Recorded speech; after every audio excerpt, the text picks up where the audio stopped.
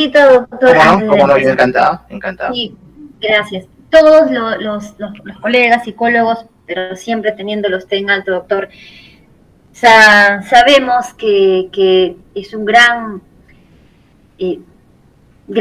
por así decirlo, una de las personas que ha estabilizado grandemente al Perú en la parte de la psicometría. No hay tesista, tanto a nivel de pregrado, posgrado, que no conozca a José Livia. Y la pregunta es la siguiente, doctor. ¿Cómo a usted le gustó esta carrera? ¿Cómo se dijo, quiero ser psicólogo y quiero dedicarme a la parte matemática de la estadística, ¿no? Si desea responder de otra manera también no hay problema. Gracias. Gracias por la pregunta. Yo creo que hay otros colegas que tienen mucha trayectoria en la psicometría, que están muy bien formados y preparados. Creo que en alguna medida trato de acercarme y dialogar siempre con ellos, ¿no? Hay colegas que están trabajando muy bien en el campo de la psicometría y que están visibilizando la psicometría peruana, ¿no? Tal vez en otra oportunidad seguramente usted los va a invitar. Mi aporte es mínimo al respecto, pero hacemos el mayor de los esfuerzos cuando salimos fuera del país a dar a conocer nuestro trabajo. Creo que impactó mucho cuando terminé la carrera el hecho de comprometerme con hacer la tesis, ¿no? Eso fue un gran reto. Tal vez en la universidad que estuve no teníamos en ese momento toda una formación especializada en investigación, pero a veces de las cosas que uno desconoce puede establecer una oportunidad, puede establecer retos. Y entonces un reto fue hacer la tesis. Y para hacer la tesis había que entender en qué consistía la investigación. Revisé una serie de materiales, creo que me visité todas las bibliotecas que en ese momento eran accesibles, hoy día sería imposible por la gran cantidad de información que tenemos.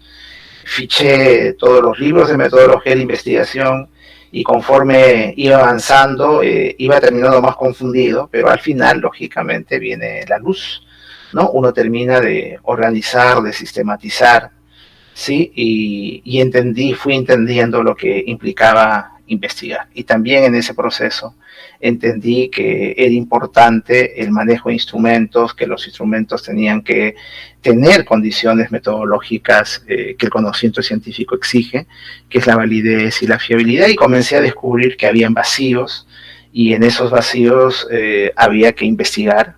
Yo recuerdo mucho que mi objetivo era ver la relación que había entre el funcionamiento familiar y los problemas de conducta en los niños. O sea, quería demostrar cuánta influencia ejercía la familia en el comportamiento de los niños, ¿no?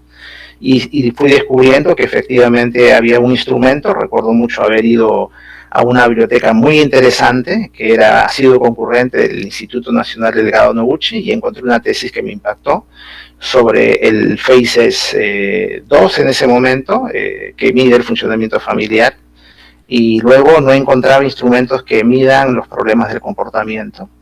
Y en esas casualidades, después de caminar muchísimo, encontré unas microfichas que había en lo que era el Instituto Nacional de Desarrollo de la Educación, INIDE, y descubrí que había un instrumento que lo habían investigado en Chile. Y como ya entendía que no es suficiente tener un instrumento y aplicarlo, sino que había que hacer un análisis previo, entonces escribí al autor, que creo que me abrió las puertas de una carrera en investigación, que era el doctor Tomás Alcamo de la Universidad de Vermont, a quien le estoy eternamente agradecido porque tuvo la gentileza de contestarme en ese momento, cederme sus materiales y así poder hacer mi tesis. Y ahí descubrí que era un campo muy interesante, pero al cual había que prepararse. Como Ketty lo ha dicho, la formación, la preparación, la profundización, la dedicación es muy importante. Entonces así empezó mi interés por la medición psicológica, por la psicometría, el vínculo con otros profesionales del país y a nivel internacional, y conforme uno va avanzando en este camino, va estableciendo contactos, va formando equipos de investigación, uno tiene que estudiar, y ahí tuve necesidad de estudiar estadística, de estudiar más metodología, hacer la segunda especialidad, el doctorado, la maestría, Y bueno, estoy esperando darme un tiempo para hacer los estudios postdoctorales, que para mí sería muy importante. Lo que quiero decir es de que hoy día hay que formarse constantemente, ¿no? Y los cambios son constantes y no podemos estar retenidos, hay que estar siempre preparándonos, ¿no? Eso es lo que podría resumir a su pregunta, estimada Gaby.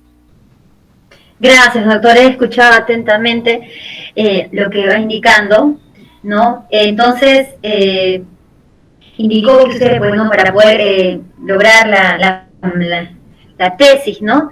Buscó tesis, se dio con la, digamos, ingrata conocimiento de que no había un test adaptado, pues, a nuestro país, ¿no? Y usted no se quedó con los brazos cruzados, y usted solicitó el permiso, y lo llamó, y le respondió, ¿no?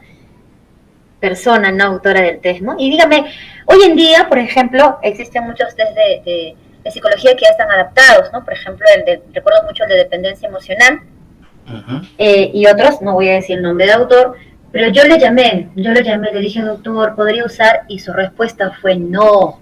Peruano. ¿Qué opina con respecto a ello? ¿Cómo está la psicometría en el Perú? ¿Por qué de repente avanza? ¿Por qué no avanza? ¿Qué es lo que deberíamos hacer? No, bueno, yo creo que fue un error del colega. Mientras un instrumento más se utilice, va a tener mayor credibilidad. Lo que el colega debería hacer es permitir que investiguen su instrumento, y un instrumento que tenga indicadores de validez y fiabilidad en una muestra no dice nada, ¿no? Cuando tenga esos indicadores y sean adecuados en muchas muestras, en muchos estudios, entonces podemos ver que el instrumento funciona, ¿no? A veces pensamos que cuando ya hemos construido un instrumento hemos alcanzado la gloria, y no es así, ¿no? Es todo un proceso, ¿no? Indudablemente hay que reconocer los derechos de autor. Tenemos un serio problema con las pruebas psicológicas. En otro momento yo encantado de reflejar esta problemática, que no solamente es del país, sino también de América Latina, ¿no? Tenemos pocos instrumentos estandarizados, adaptados a nuestro medio. Tenemos muchos que trabajan con estudiantes universitarios solamente de Lima. Lima no es el Perú. Nosotros somos un país multilingüe, ¿no? Pluricultural, y es necesario hacer investigaciones en el ámbito del país. Una universidad me ha dado la oportunidad de estar en su doctorado, y eso es lo que estamos discutiendo hoy día con los estudiantes, ¿no? Que tenemos que contribuir a la psicometría, a los test y a la evaluación psicológica. La evaluación psicológica no se remite solamente a usar pruebas, pero hay que comenzar a hacer investigación. Y investigación no para un centro educativo, investigación no para una universidad, sino investigación para el país. Lógicamente, eso exige inversión, eso exige dedicación, y bueno, los doctorados son los que tienen que permitir esa posibilidad, ¿no? Es verdad, hoy día la ley universitaria exige que el estudiante de pregrado tiene que hacer investigación. Para sacar el bachillerato hay que hacer un trabajo de investigación. Hoy día está suspendido por el tema de la pandemia, pero se va a activar nuevamente el próximo año. Y uno puede ir contribuyendo, ¿no? Claro, una cosa es la investigación formativa y otra cosa es la producción de conocimiento. Y también para la licenciatura le piden hacer una tesis, tiene que hacer una investigación, pero la función del bachiller, del licenciado, no es resolver los problemas del país, sino es usar la investigación para que se actualice, para que entienda lo importante que es la investigación, a quién le corresponde producir nuevo conocimiento. Son los estudiantes de maestría y de doctorado, generar nuevo conocimiento, resolver estos problemas serios que tenemos con los instrumentos. Solamente conozco un instrumento que tiene una investigación de alcance nacional, el HIPEC-9, es un instrumento de depresión, que el Instituto Nacional de Estadística recolecta datos para casi todo el Perú, pero los demás son estudios muy focalizados. Lógicamente, las investigaciones requieren financiamiento, y ese es algo en el cual el país, el Estado tiene que invertir, ¿no?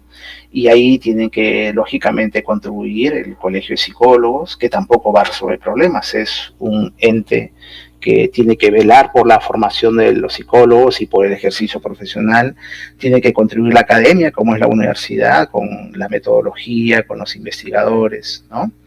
Y también la empresa privada, lógicamente, porque los test no son propiedad del colegio, de la universidad, tiene autores, tiene propiedad intelectual, hay que respetar, entonces hay que hacer una alianza, ¿no?, para resolver este problema serio y delicado, en la cual intervenga la empresa privada, intervenga el colegio profesional que regule, intervenga la academia, ¿no?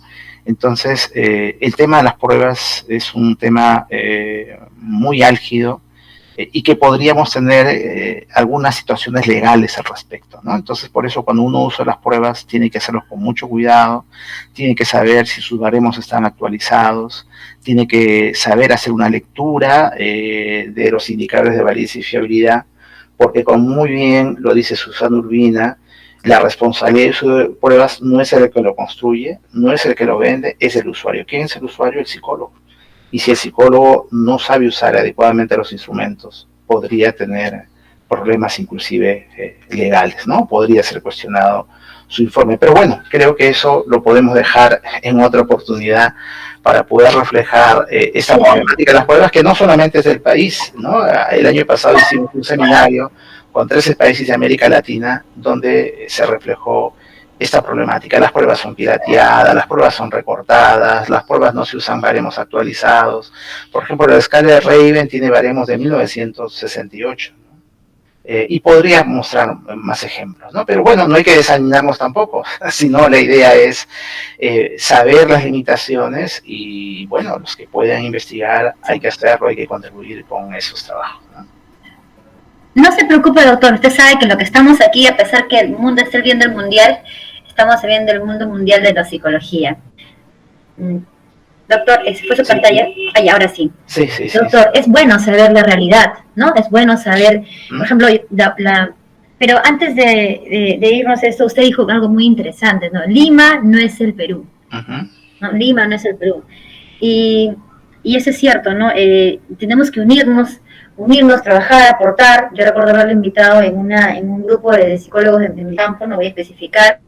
Vamos a unirnos, hay que publicar, y está dispuesto, pero luego ahí, de todo lo que estudiamos, con unos poquitos, ya van a sacar la especialidad, digamos, por caso, ¿no? Y da pena, voy a ser directa, porque no aportamos, no, pero yo quiero especialidad. Entonces, es muy bueno aclarar las cosas y decirlas, y como le digo, la psicometría tiene mucho, pero sí tenemos, como dijo, ¿no?, unirnos. Mi pregunta es, doctor, aquí la siguiente, ¿no? Sus prácticas profesionales, ¿no?, o su internado, ¿dónde fue, doctor? ¿Y alguna experiencia que lo marcó, ¿no? Gracias. Bueno, muy bien. Voy a llegar a las prácticas profesionales, ¿no? En la actualidad, yo soy profesor principal en la Universidad Villarreal, en la Facultad de Psicología, y en estos momentos tengo la oportunidad de dirigir la investigación en toda la universidad, y creo que es un reconocimiento no a mi persona, sino a la facultad y a los psicólogos que puedan liderar la investigación en una universidad que tiene 20.000 estudiantes, 18 facultades, 60 carreras. Y bueno, creo que es en la actualidad, estoy en una parte de la gestión de la investigación. Y como decía, uno ya a estas alturas de su vida ha transitado en algunos espacios, ¿no? Y usted me preguntaba sobre mis prácticas preprofesionales, ¿no? Yo creo que las prácticas preprofesionales marcan un derrotero muy importante en la formación de toda persona, ¿no? Las prácticas nos van a evaluar cuánto hemos aprendido, y lo que no hemos aprendido, inmediatamente hacerlo, y nos enfrenta con la realidad, ¿no? Y bueno, yo llegué al Instituto Nacional de Ciencias Neurológicas casi por casualidad, y creo que esa situación del azar me sirvió muchísimo, ¿no? Porque llegué a un gran centro donde rindo mi homenaje y mi reconocimiento a la doctora Rosa Velasco Valderas, lamentablemente fallecida, psicóloga, médico, neuropsicóloga, quien nos abrió las puertas a una primera promoción que llegábamos a ser internado, a lo que se conocía como el Hospital Mogrovejo, hoy día Instituto Nacional de Ciencias Neurológicas, y ahí también nos recibió el doctor Conrado Castro Magluf, un reconocido neurólogo, todavía él en actividad, y que luego se dedicó al tema de la resonancia magnética, ¿no? Y que trabaja mucho el tema de la neuropsicología. Y yo llegué porque siempre uno tiene la aspiración como el psicólogo del área clínica, ir a un hospital, ese es el sueño, ¿no? Sí, y quería un hospital tal vez para sentirme que estaba en el ambiente clínico, ¿no? Y recuerdo que fui a hablar con la jefa de internado, como se llama en ese momento, y me dijo, bueno, mira, yo te recomiendo que no pierdas tiempo, acá nos han llegado unas plazas para este hospital, y bueno, es tu oportunidad, ¿no? Yo todavía quería esperar que exista la otra convocatoria, y bueno, dije, bueno, no hay que perder tiempo, me inscribí, pero creo que esta situación de azar, de estas circunstancias, me permitió llegar a un lugar donde yo tenía la libertad para poder evaluar, para poder hacer intervención. Y recuerdo que en la formación que teníamos en ese momento no había ningún curso de neuropsicología.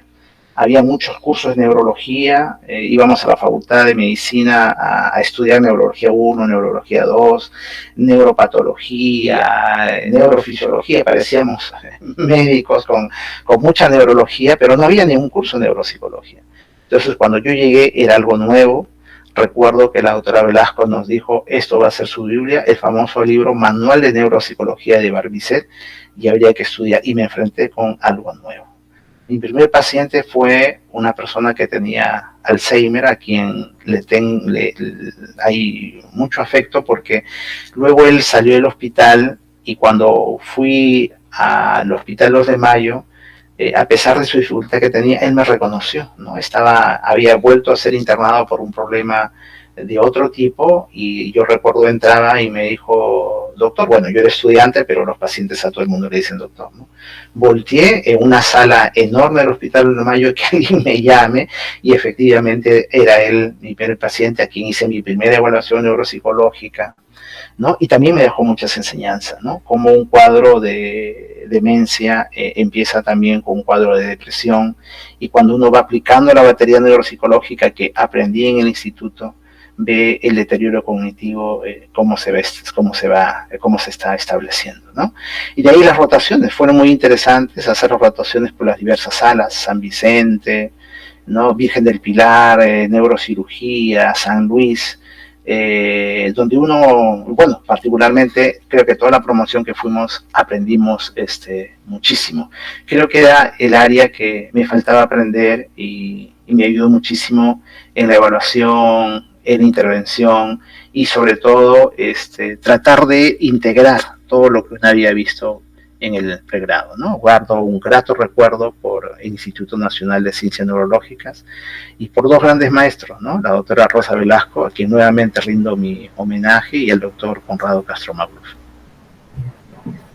Doctor, usted ha tenido una rica experiencia en la parte, ¿no?, sus prácticas profesionales. En este caso, ¿quiénes no anhelan hoy en día en hacerla en el Instituto Nacional de Ciencias Neurológicas? Las prácticas profesionales tuvo, doctor, tuvo que participar o lo convocaron directamente verbal y luego se formalizó. Ah, interesante. En ese momento, en ese momento la universidad tenía 10 plazas cautivas, ¿no? Ahora casi todos los centros de prácticas profesionales exigen un concurso. No, yo no pasé por un concurso porque eran plazas cautivas. Si hay más postulantes de la universidad, sé que hoy día tienen que rendir un examen interno, ¿no? Pero en el caso nuestro no. O sea, era una sede hospitalaria nueva que se abría, y justo se estaban reclutando 10 personas que puedan ir para no perder esa oportunidad. Entonces no pasé por una evaluación, pero ahora sé que si hay más postulantes, tienen que lógicamente ser evaluados, ¿no? En ese proceso, ¿no? Pero me olvidaba algo significativo de las prácticas preprofesionales, ¿no? La maestra Velasco y el doctor Castro habían diseñado un modelo de prácticas muy interesante, ¿no? Todos los días a las 12 del día ellos nos reunían. Y entonces un día había de discusión de artículos científicos, otro día era discusión de casos clínicos, otro día era exponer una prueba, otro día era la evaluación del libro de Barbicet, ¿no? Entonces, cada día de la semana uno tenía que presentar, ¿no? Uno participaba en actividades. Y eso es interesante, y también se unían médicos, ¿no? De diversas especialidades. Y fue una experiencia muy interesante. Pasábamos visitas junto con el interno de medicina, el residente, ¿no? Y el interno de psicología también era parte de la comitiva que los médicos asistentes de sala hacían, ¿no? Entonces, y a todo el mundo le preguntaban, ¿no? Entonces uno tenía que prepararse y realmente fue una experiencia muy interesante y uno se quedaba, ¿no? Más allá de su hora para terminar sus evaluaciones, para aprender, para evaluar, ¿no?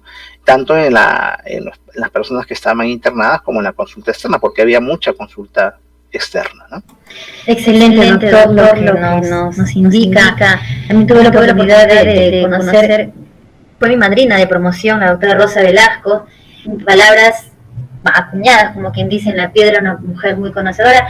Pero, doctor, esta rotación, esta batería de pruebas que lo utilizó, como usted indicó, en la evaluación neuropsicológica del paciente, era creada por los mismos profesionales del Instituto Nacional, o era una batería que tú ofrecías, es decir, coger y decir, acá las presento, las puede evaluar. Es muy importante, ya que estamos hablando de un hospital especializado en ciencias neurológicas. Gracias. No, interesante. En neuropsicología hay dos enfoques. El enfoque de pruebas individuales que se convierten en batería, o crear un sistema de evaluación neuropsicológica. En ese momento no habían sistemas de evaluación neuropsicológica. Claro, estaba el Hall-Reitan en los Estados Unidos, que nunca se ha trabajado en nuestro medio. Después, más adelante, surge la batería de Luria y Luria Nebraska, que en ese momento no habían todavía, porque eso es posterior, cuando yo hice el internado en el año 88, si no me equivoco. Y habían hecho una batería, un sistema de evaluación en el Hospital Mogrovejo, ¿no? Claro, no estaba validado, era un aspecto clínico, pero muy interesante, ¿no? Yo todavía guardo ahí mi folder donde estaban todas una guía de evaluación clínica, y habían pruebas individuales que eran parte del sistema de evaluación. Recuerdo la figura compleja de Rey, por ejemplo, ¿no? Entonces, hay muchos instrumentos, o sea, usamos instrumentos, lógicamente, del punto más clínico que del aspecto psicométrico, y que esa es una gran tarea, ¿no? Hay una deuda pendiente con los neuropsicólogos, ¿no? Que es necesario, que tenemos que validar los instrumentos en este campo, ¿no? Claro, hoy día hay pruebas que vienen de diversas editoriales, pero tenemos que saber que esas pruebas también respondan a nuestra realidad.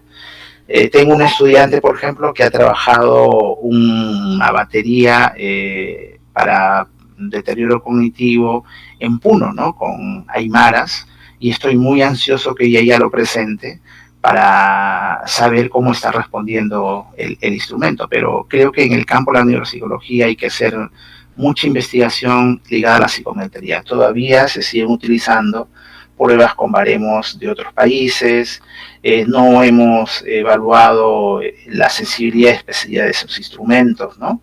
Son muy pocos, ¿no? Entonces creo que ahí hay una necesidad enorme de hacer un gran trabajo desde el punto de vista de las pruebas psicológicas, o neuropsicológicas en este caso.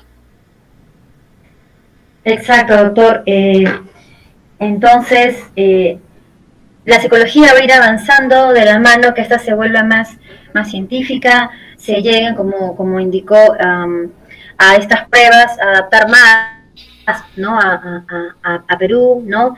Y me causa, sabemos que nosotros, usted tiene ese alma, ¿no? Ese alma, si bien cierto, yo con mucho respeto y mucho cariño le hablo, y usted dice, ¿no? Algo, estoy ansioso por salga de investigación, ¿no? Ya quiero ver cómo funciona. Y eso quiere decir que, mire, a pesar de tantos años que usted dicta doctorados, pregrados, segundas especialidades, sigue con esa chispita, esa luz, ¿no? Lo curioso, lo inductivo, ¿no? de seguir amando nuestra carrera a través de este campo, ¿no? Muchísimas gracias por... Y ¿cuáles son los desafíos que debería tener? La siguiente pregunta, por favor. Le comento, doctor Livia, ahorita tenemos varias personas, doctor, ¿cómo está? ¡Qué felicidades de estar aquí! Muchas gracias. Gracias, doctor. Mi pregunta, doctor, para ir terminando, en todo caso, ¿cuáles son esos desafíos que hoy en día vislumbra a un psicólogo exitoso en estas épocas, cuando vemos que hay mucho intrusismo, ¿no? Por ejemplo, una enfermera quiere ser psicóloga, un policía de repente, en el aspecto, cuando me digo, por ejemplo, en el aspecto forense, ¿no?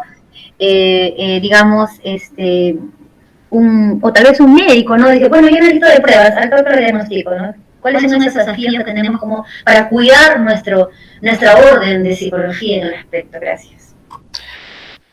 Ok, bueno, yo voy a dar mi punto de vista. No creo que sea un psicólogo exitoso. Soy un psicólogo, un profesional que trata de hacer lo mejor posible las cosas, que trata de posesionar a la psicología en la medida de mis posibilidades. Pero antes de responder estrictamente a su pregunta, quiero transmitir a los jóvenes que esta tarde nos escuchan que no solamente hay que pensar en los hospitales. Si uno va por el área clínica, creo que mi experiencia en el SERUN también fue muy significativa. Cuando uno a veces piensa que el psicólogo clínico puede desarrollarse solamente en los hospitales, se está equivocando. Creo que los establecimientos de salud de primer nivel de atención son muy importantes.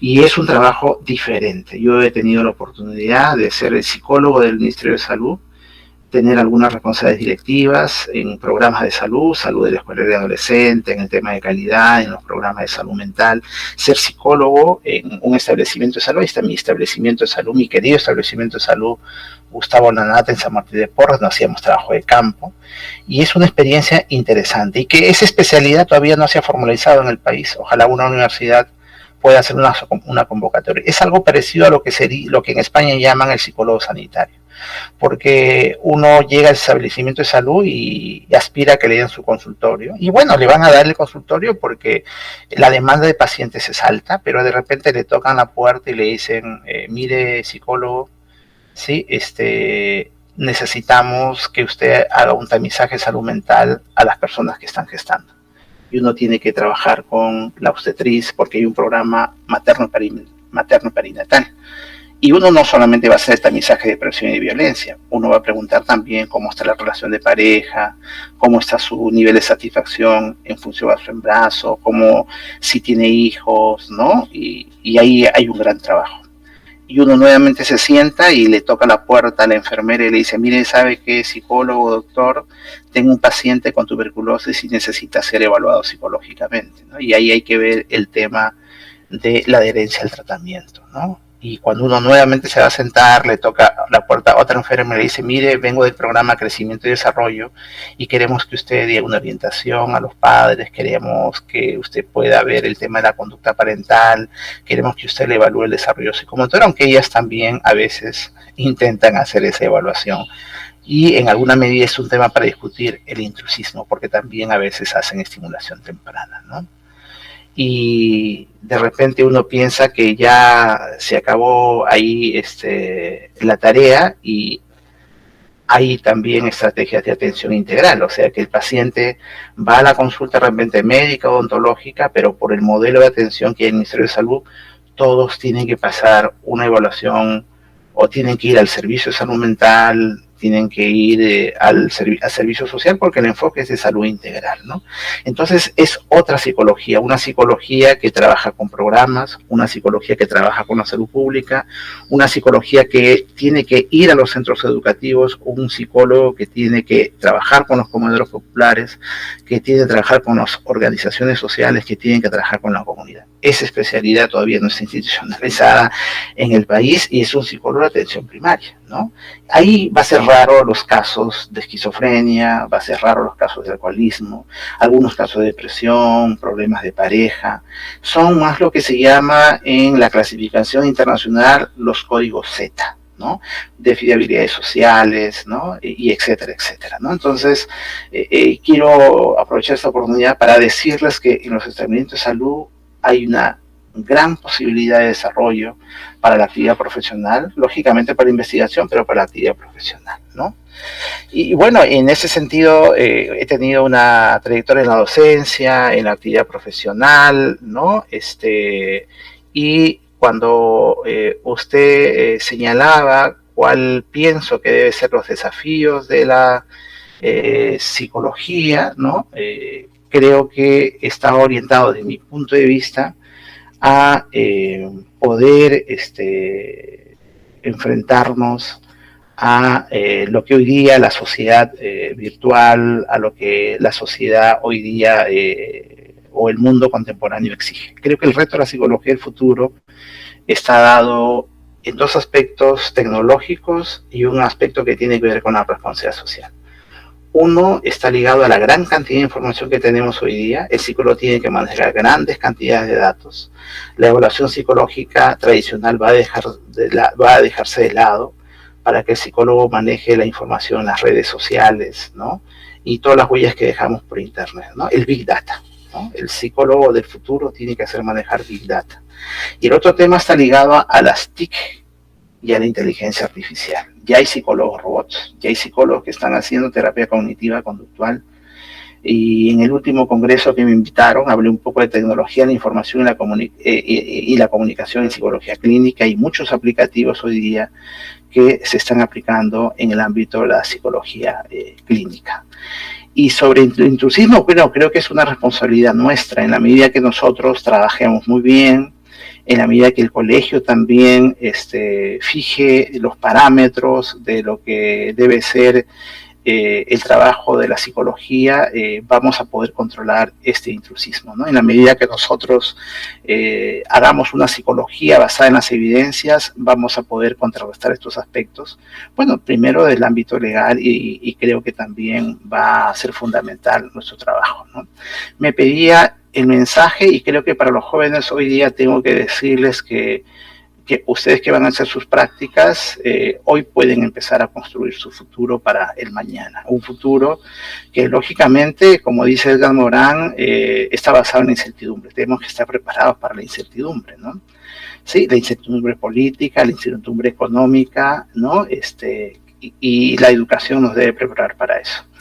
Y tenemos que saber enfrentar los retos, ¿no? Como lo hizo Max Planck. A Max Planck, este famoso físico, le dijeron, mira, ya no hay nada que hacer en física, todo está resuelto, ¿no? Pero él no hizo caso a ello y se dedicó con cuerpo y alma a trabajar en un tema de la física y bueno, él aportó mucho a la física cuántica, ¿no? Y a muchos otros elementos, ¿no? Y a ustedes les pueden decir, bueno, mira, en esa área ya está todo dicho. No crean eso. Métanse a trabajar a profundidad, prepárense y estoy seguro que van a hacer grandes contribuciones. Hoy día, por ejemplo, existe el Instituto Max Planck. ¿A quién no le gustaría ir al Instituto Max Planck, ¿no? Otra recomendación para terminar que les puedo decir es que sigamos el ejemplo de Santiago Ramón y Cajal, ¿no? Santiago Ramón y Cajal, español, de España hace entonces no era nada en ciencia y tecnología, hoy día es otra cosa. Estuve en julio en España y en gran desarrollo han alcanzado, en la psicología no cabe duda. Y Santiago Ramón y Cajal no tenía nada para investigar, más era su voluntad, su deseo de descubrir, y Santiago Ramón y Cajal descubrió que las células nerviosas tenían terminaciones libres y ganó un premio Nobel, ¿no? Gracias a su voluntad, ¿no? Gracias a su motivación, y ahí está el Instituto Cajal. Si esta señora, Marie Curie, ¿sí? No hubiese salido de Polonia, si ella hubiese dicho, bueno, ¿qué voy a hacer en un mundo de hombres?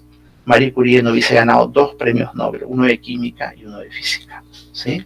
Entonces se enfrentó con la hegemonía machista de ese entonces, ¿no? Y si este señor Stephen Hawking, que a los 20 años le dijeron que ya no había futuro en su salud porque tenía una enfermedad degenerativa, hoy día no tendríamos esta explicación del universo con los agujeros negros, ¿no? Él siguió trabajando, siguió con la motivación en alto, ¿no? Siguió estudiando, y todos sabemos hoy día quién es o quién fue Stephen Hawking, ¿no? Con los grandes aportes que hizo a la física teórica y a la astronomía, ¿no? Y en otras palabras, lo que les quiero decir a los jóvenes que empiezan sus prácticas es que tenemos que ser emprendedores. ¿Quiénes son esas personas emprendedoras? Las que buscan oportunidades. Busquen oportunidades profesionales, busquen oportunidades para investigar si quieren ir por esa línea, ¿no? Tienen que ser audaces, tienen que ser proactivos y tienen que ser creativos, ¿no? La creatividad hoy juega un papel importante. En lo que me reta a mí, me preguntaba, yo creo que mi aspiración es a seguir haciendo investigación, posicionarme en esa línea, tratar en la medida que yo pueda seguir insertando desde lo poco que puedo hacer al país en los ámbitos internacionales, en las instituciones que tengo la oportunidad de contactar, ¿no? Con todas las sociedades científicas internacionales. Siempre digo, seguí el ejemplo de un epónimo que tenemos en la universidad, que es Federico Villarreal, que fue un hombre de ciencia. Villarreal publicaba, Villarreal editaba revistas, Villarreal publicaba libros, Villarreal pertenecía a comunidades científicas. Y bueno, ese es el ejemplo que uno debe seguir, y finalmente recomendarle que, como seguramente ya le han dicho otros colegas, que hay que tener objetivos, ¿no? Para no caer en este diálogo de Alicia y el gato, ¿no? Alicia le dice al gato en el bosque: ¿podrías decirme por favor qué camino debo seguir para salir de aquí? Y el gato le dice: eso depende en gran parte del sitio al que quieras llegar. Alicia le dice: no me importa el sitio. Y el gato entonces le responde: tampoco importa mucho el camino que tomes, ¿no? Entonces los objetivos son muy importantes, ¿no? Estas prácticas preprofesionales les deben llevar a ustedes a evaluar cuánto han aprendido y qué necesitan, y sobre eso trazarse objetivos. Y finalmente, si quieren tener buena suerte, hay dos condiciones. La buena suerte a mí me ha ayudado a vivir con la psicología, a vivir para la psicología, a tener una vida relativamente tranquila, a poder dar satisfacciones a mi familia. Y creo que hay dos condiciones muy importantes, ¿no? El prepararse y buscar oportunidades. Ustedes ahora están en la fase de preparación. Y una vez que se preparen, hay que buscar oportunidades. Si uno busca oportunidades y no está preparado, la buena suerte no les va a sonreír, ¿sí? Si uno se prepara y no sabe buscar esos espacios, la buena suerte no le va a sonreír. Entonces, les deseo la buena suerte para ustedes, siempre y cuando se preparen y busquen oportunidades. Estimada Gaby, muchísimas gracias por esta invitación, y espero ayudar a los jóvenes que esta tarde nos han escuchado. Muchas gracias. Doctor, muchísimas gracias. Antes de seguir, sé que estamos domingo, día familiar, hay algunas preguntitas. Si consta de 5 minutitos o 2 minutitos. Ok, está bien, no hay problema. Gracias, doctor. Ha propuesto usted, ¿no? Haciendo un resumen chiquitito, por favor, los que están trabajando en la universidad propongan, ¿no?, la psicología sanitaria, porque hay no solamente trabajo, como indicó el doctor, en hospitales, sino también en centros de salud comunitarios. Tenemos que hacer una big data, utilizar las TICs y no automatizarnos, ¿no? Hay que investigar. La meta de nuestro querido psicólogo es seguir investigando, y justo hay una preguntita relacionada a ello, doctor. Acá pregunta una alumna ya de 8º ciclo, que le interesa mucho el campo de las investigaciones, indica, ¿no?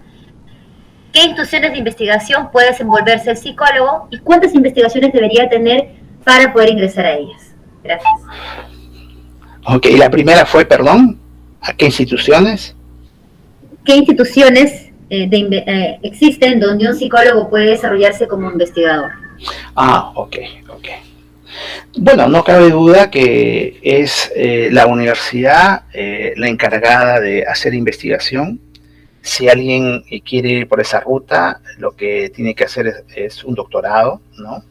Porque ahí en el doctorado le enseñarán a hacer investigación, a publicar, porque la investigación se dice que es investigación si uno publica, y puede publicar libros o puede publicar sus manuscritos en revistas científicas.